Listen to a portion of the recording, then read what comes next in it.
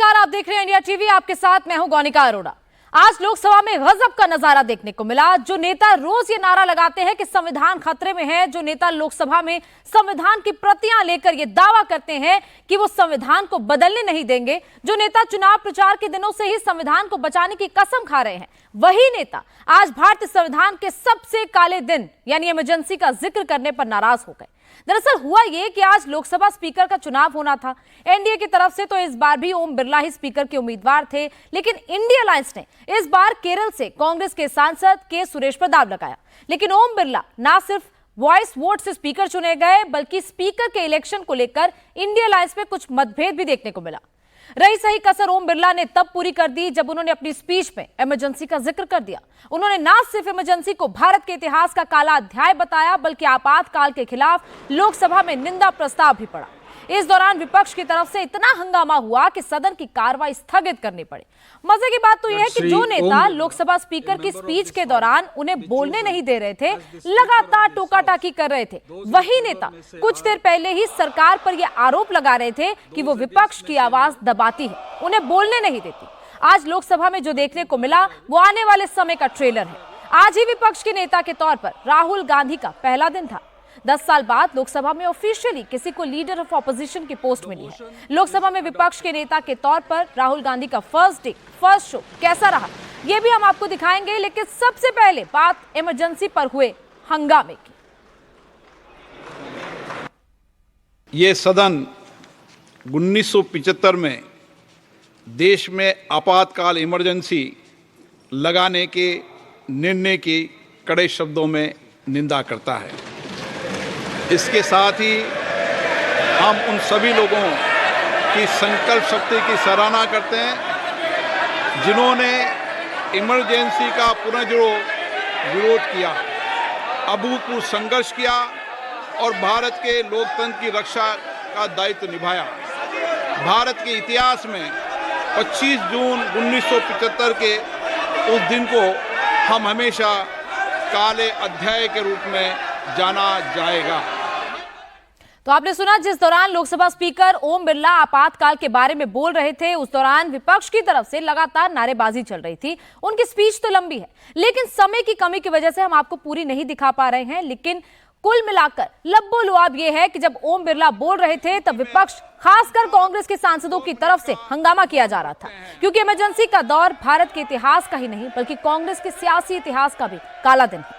लेकिन कांग्रेस की टोका टाकी के बीच ओम बिरला ने बोलना जारी रखा, आपातकाल के खिलाफ निंदा प्रस्ताव पढ़ा और मौन भी रखवाया। इमरजेंसी के इस काले खंड में कांग्रेस की तानाशाह सरकार के हाथों अपनी जान गंवाने वाले भारत के ऐसे कर्तव्यनिष्ठ और देश में प्रेम करने वाले नागरिकों की स्मृति में हम सब 2 मिनट का मौन रखते हैं।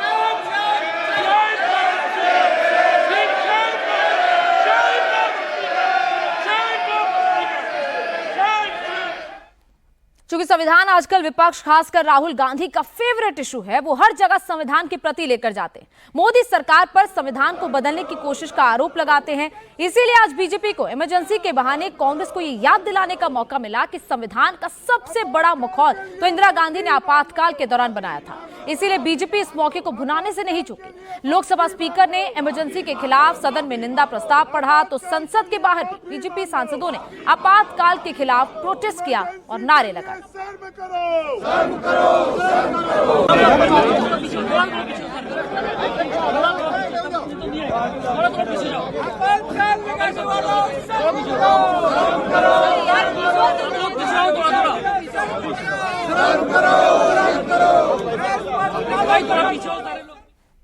दरअसल विपक्ष, खासकर कांग्रेस के लोग आज ओम बिरला से सिर्फ इसीलिए नाराज नहीं थे क्योंकि उन्होंने इमरजेंसी का जिक्र किया।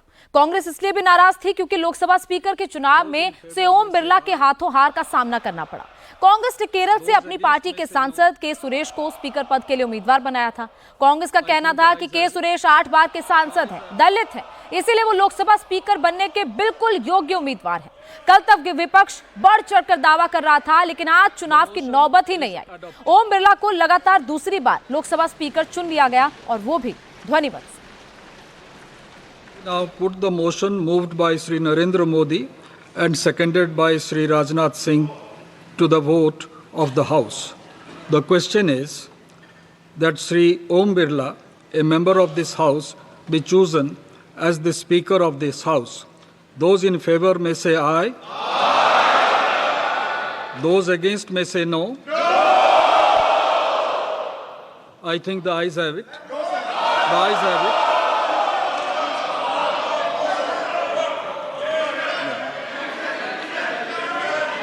The motion is adopted.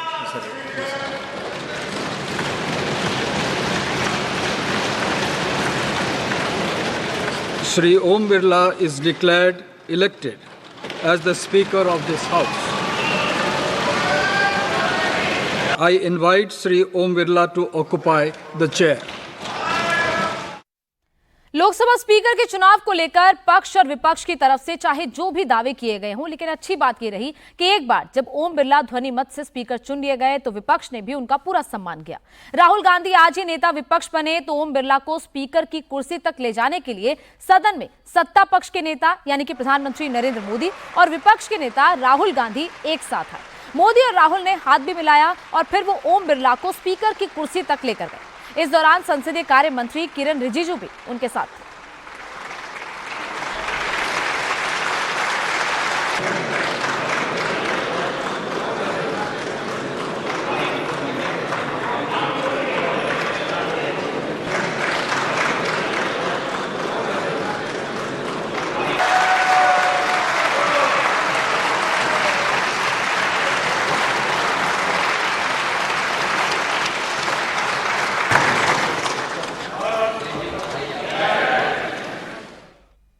दरअसल ओम बिरला कुछ एक उन गिने चुने नेताओं में से एक हैं जो लगातार दूसरी बार लोकसभा के स्पीकर बने हैं। यही वजह है कि इस बात का जिक्र प्रधानमंत्री नरेंद्र मोदी ने स्पीकर के लिए दिए गए स्वागत भाषण में भी किया।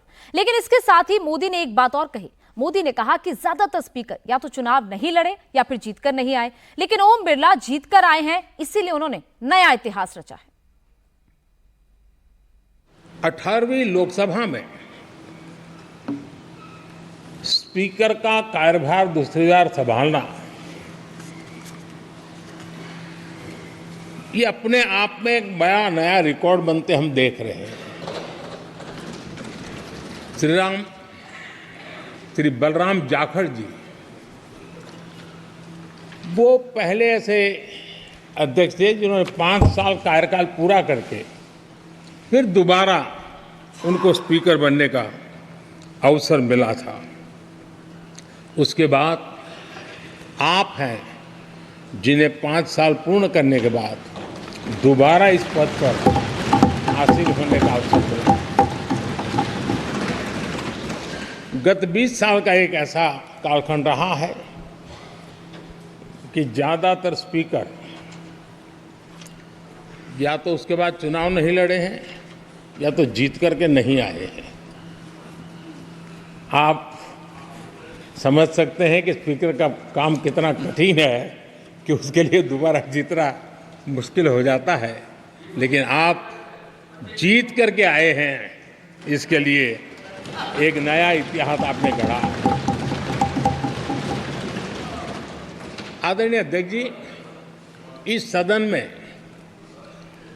ज़्यादातर हमारे सभी माननीय सांसद आपसे परिचित हैं, आपके जीवन से भी परिचित है। और पिछली बार मैंने इस सदन में आपके संबंध में काफ़ी कुछ बातें रखी भी थी और मैं आज उसको दोहराना नहीं चाहता हूं, लेकिन मैं एक सांसद के रूप में और हम सभी सांसद के रूप में आप जिस प्रकार से एक सांसद के नाते काम करते हैं, ये भी जानने योग्य है और बहुत कुछ सीखने योग्य है। मुझे विश्वास है कि आपकी कार्यशैली एज ए सांसद भी हमारे जो फर्स्ट टाइमर सांसद हैं, हमारे युवा सांसद हैं, उनको जरूर प्रेरणा देगी। चूंकि लोकसभा स्पीकर को लेकर काफी सस्पेंस बना हुआ था, कई दिनों से कहा जा रहा था कि जेडीयू और टीडीपी भी अपना स्पीकर चाहते थे, विपक्ष भी आग में घी डालने का काम कर रहा था, लेकिन जब मोदी सरकार बिना किसी दिक्कत के लगातार दूसरी बार ओम बिरला को लोकसभा स्पीकर बनाने में सफल रही, तो इससे एनडीए में फूट डालने के विपक्ष के मंसूबों पर भी पानी फिर गया। प्रधानमंत्री मोदी ने भी कहा कि ओम बिरला किसी की मेहरबानी से नहीं बल्कि अपने गुणों के अधिकार पर स्पीकर बने हैं।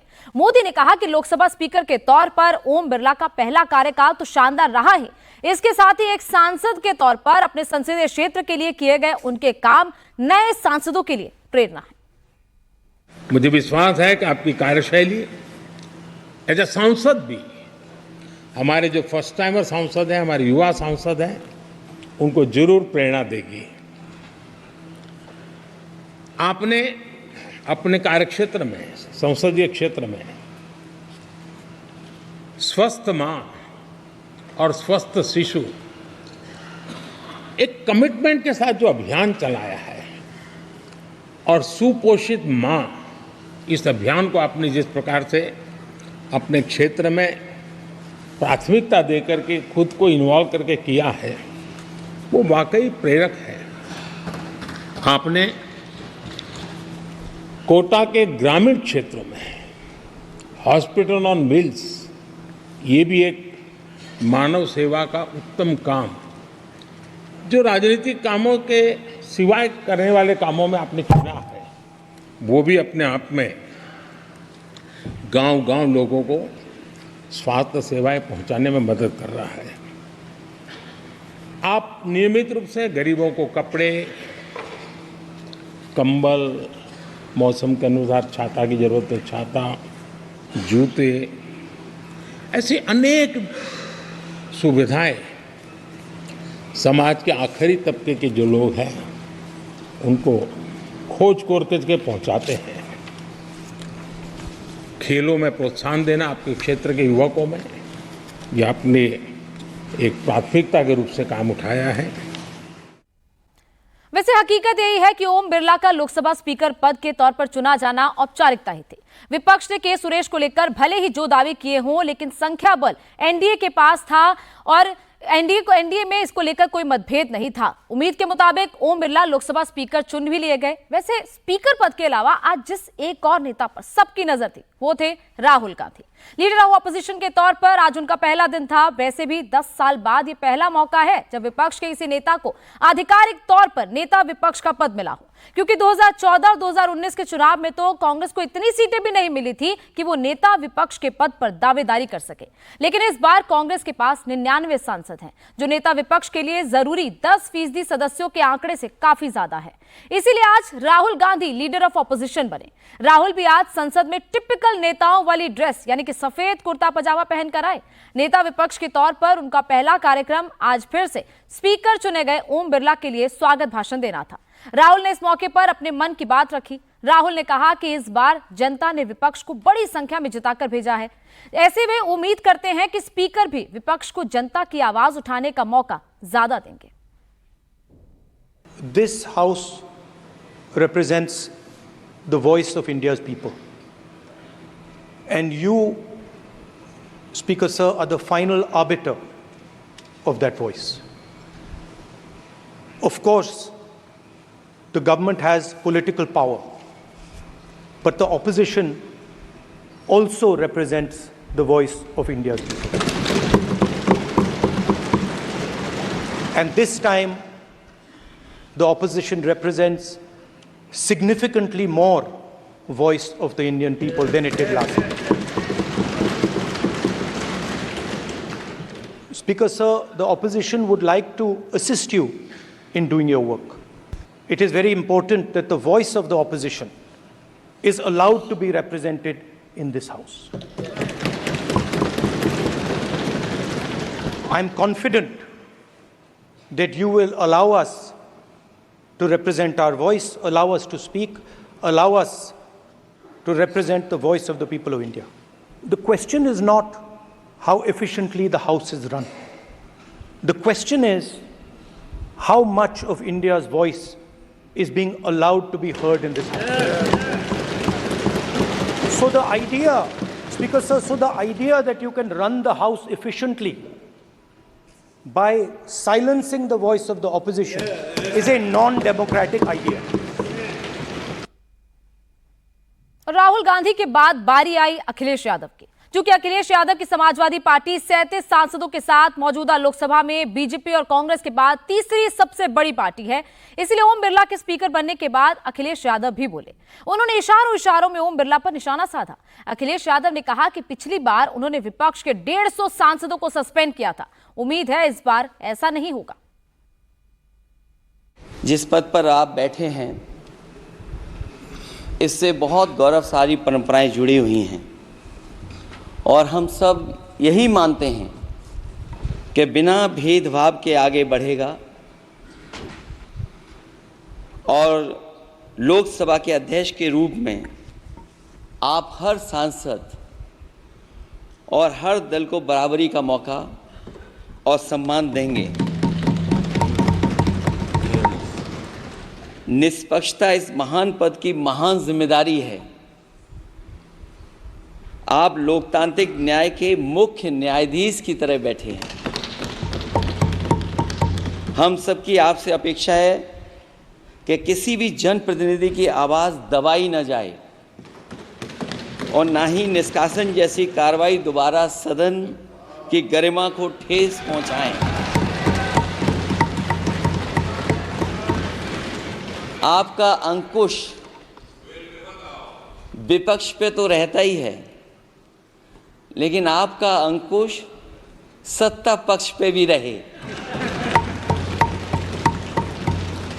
आपके इशारे पर सदन चले, इसका उल्टा ना हो। हम आपके हर न्याय संगत फैसले के साथ खड़े हैं।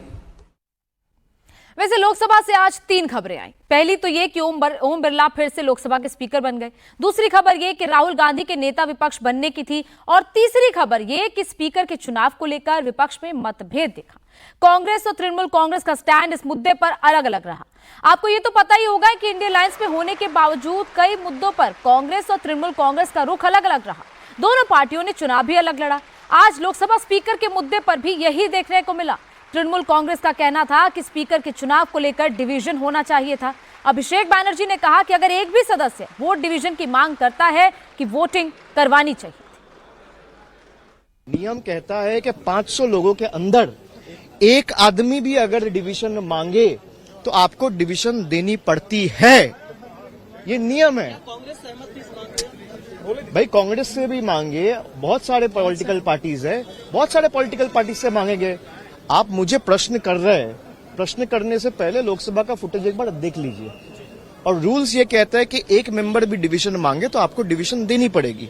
आपने वो नहीं दिया, तो क्यों नहीं दिया ये तो प्रोटेम स्पीकर ही बता सकते हैं।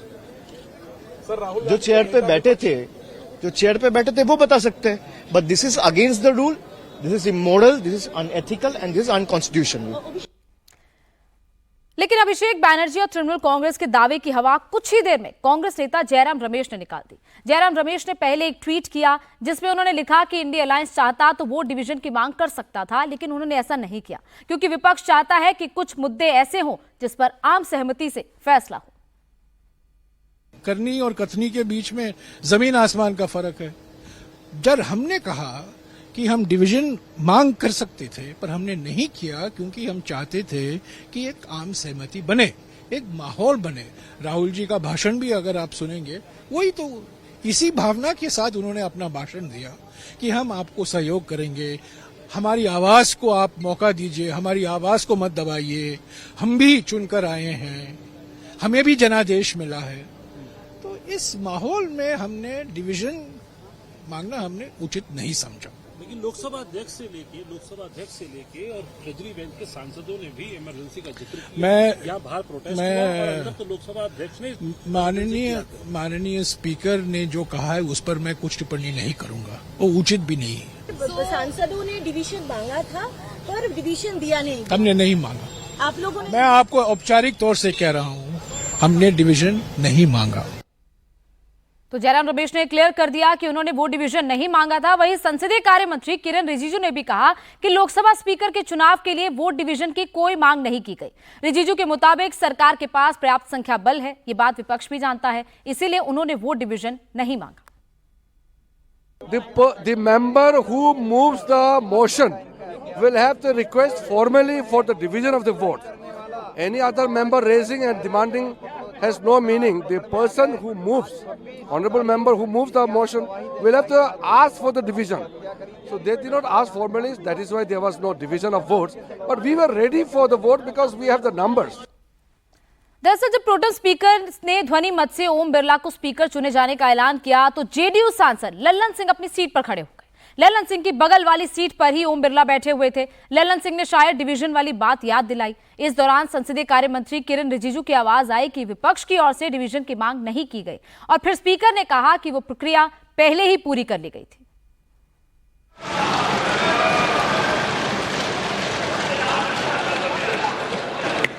इन्होंने डिवीजन फोर्स नहीं किया है, इसलिए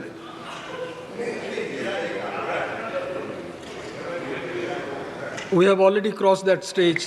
I invite Sri Om Birla to come up and occupy the chair. वैसे विपक्ष के ज्यादातर दलों को यह बात पता थी कि स्पीकर चुनाव जीतने के नंबर उनके पास नहीं थे, इसीलिए वो आम सहमति की बात कर रहे हैं। शिवसेना उद्धव गुट के संजय राउत ने कहा कि सत्ता पक्ष को मैसेज देने के लिए के सुरेश को स्पीकर पद का उम्मीदवार बनाया गया था। एनसीपी शरद पवार गुट की सांसद सुप्रिया सुले ने भी पिछले कार्यकाल में सांसदों के सस्पेंशन का मुद्दा उठाया। सुप्रिया सुले ने कहा कि इस बार सस्पेंशन ना हो, सब मिलकर काम करें और बातचीत का ऑप्शन खुला रहे। देखिए, हमने ये एक प्रतीकात्मक लड़ाई की, एक परंपरा का भी पालन किया, चुनाव नहीं होने दिया, लेकिन ये भी मैसेज संदेश दिया है कि आपके सामने अभी लोकसभा में एक बहुत ही मजबूत विपक्ष बैठा है और एक बहुत ही मजबूत विपक्ष का नेता बैठा है। 5 सालों में मैं तो कभी वेल में आती नहीं, लेकिन एक दुख की बात हुई कि हमारे सारे दोस्त यहाँ से 150 लोग जब सस्पेंड हुए तो हम सबको बहुत दुख हुआ सर। तो हमारी कोशिश रहेगी कि अगले 5 सालों में इस सस्पेंशन का आप ना सोचें, बातचीत हो सकती है, हमेशा हम डायलॉग के लिए तैयार रहते हैं और तब मेघवाल जी और प्रहलाद जोशी जी के साथ बहुत अच्छा काम कर पाए 5 साल। मेरी सिर्फ नए मेंबर्स को एक विनती रहेगी कि बहुत मेहनत करके हम सब यहाँ चुन के आते हैं।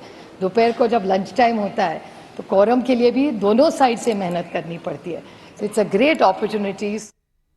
अलग अलग नेताओं की बात हम आपको सुना रहे हैं। वहीं कल लोकसभा में शपथ ग्रहण के दौरान जय फिलिस्तीन कहकर विवाद खड़ा करने वाले ओवैसी ने कहा कि उन्हें उम्मीद है कि दूसरी बार स्पीकर बने ओम बिरला उनकी जैसी छोटी पार्टियों को भी सदन में अपनी आवाज रखने का मौका देंगे।